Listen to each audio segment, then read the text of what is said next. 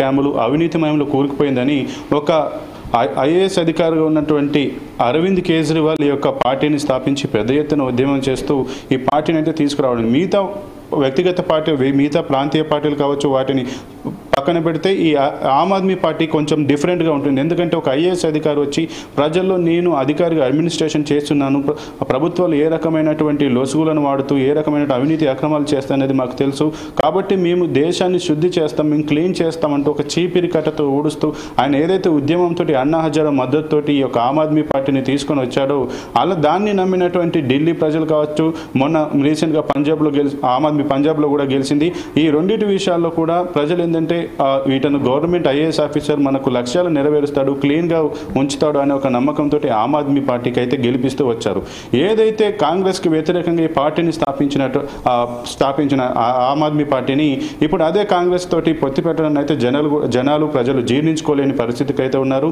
ఎందుకంటే నువ్వు కూడా మిమ్మల్ని నమ్మి మేము 3 సార్లు గెలిపిస్తూ వచ్చాం, కానీ మీరు కూడా ఈ రకంగా మళ్ళీ పూర్తి రాజకీయ పార్టీగా మారిపోయి మీ దగ్గర అవినీతి అక్రమాలు ఇవన్నీ ఉన్నాయన్న ఉద్దేశంలో ప్రజలు కూడా ఆమ్ ఆద్మీ పార్టీని సరైతే తిరస్కరిస్తున్నట్టుగా మనకు ఖచ్చితంగా చెప్పుకోవచ్చు జమీల్. అయితే మీరు అన్నట్టుగా ఏదైతే ఇప్పుడు ఇండియా కూటమిలో భాగంగా ఉన్నటువంటి ఆమ్ ఆద్మీ పార్టీ అండ్ కాంగ్రెస్ కూడా ఈ ఢిల్లీ ఎన్నికల్లో ఎవరికి వారు సపరేట్గా కాకుండా కలిసి పోటీ చేసినట్టయితే ఆ ఒక మేరకు ఇంకొక 4-5 సీట్లు అయితే ఖచ్చితంగా వచ్చేటువంటి అవకాశం అయితే ఉండేది. కానీ ప్రజల్లో మాత్రం ఇటు ఆమ్ ఆద్మీని కానీ ఇటు కాంగ్రెస్ని కానీ ముఖ్యంగా ఢిల్లీ ప్రజలు ఇప్పుడు విశ్వసించేటువంటి అవకాశం లేదు. ఎందుకంటే ముఖ్యంగా మనకు అందరికీ తెలుసు, గత కొన్ని పర్యాయాలుగా మనం చూస్తున్నాం, ముఖ్యంగా ముస్లిం మైనారిటీ ఓట్లు అనేటివి బీజేపీకి వ్యతిరేకంగా ఉంటాయి, వారు బీజేపీకి వేయరు, వారు కాంగ్రెస్ కానీ ఆమ్ ఆద్మీ పార్టీకి కానీ వేస్తారు.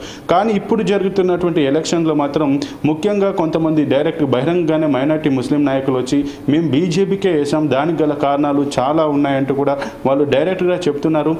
వాళ్ళు చెప్పిన విధంగా ఇప్పుడు వస్తున్నట్టు రిజల్ట్స్ని మనం గమనించినా కూడా అదే మాదిరిగా ముస్లిం మైనారిటీలు కూడా పెద్ద ఎత్తున బీజేపీకి వారి యొక్క ఓటును తరలించారన్నదని మాత్రం మనం ఖచ్చితంగా గమనించదగ్గ అంశం. ఇక ముఖ్యంగా ఢిల్లీ మాత్రం చూసుకుంటే అక్కడ ఢిల్లీలో హాస్పిటల్స్ కావచ్చు, విద్యా వ్యవస్థ కావచ్చు, కొంత మేరకు అరవింద్ కేజ్రీవాల్ అందులో మార్పులు తెచ్చినా కూడా ఆయన గవర్నమెంట్కి మాత్రం అవినీతి మరకలు చాలా పెద్ద ఎత్తున అయితే ఉన్నాయి. అలాగే ఈ యొక్క లిక్కర్ స్కామ్ సంబంధించి అరవింద్ కేజ్రీవాల్ కూడా సీఎంగా ఉండి కదా ఆయన జైలుకి వెళ్ళి వచ్చారు.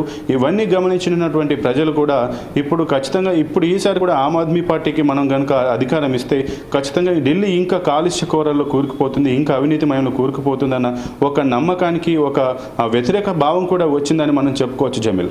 రైట్. ఇది ఇంకొక విషయం ఏంటంటే మీరు చెప్పినట్టుగా ప్రస్తుతం ఏదైతే ముస్లిం సమాజం కూడా బీజేపీతోనే చాలా దగ్గర అవుతుందని చెప్తున్నారు. ఈ నేపథ్యంలోనే మనం ఒకసారి చూస్తే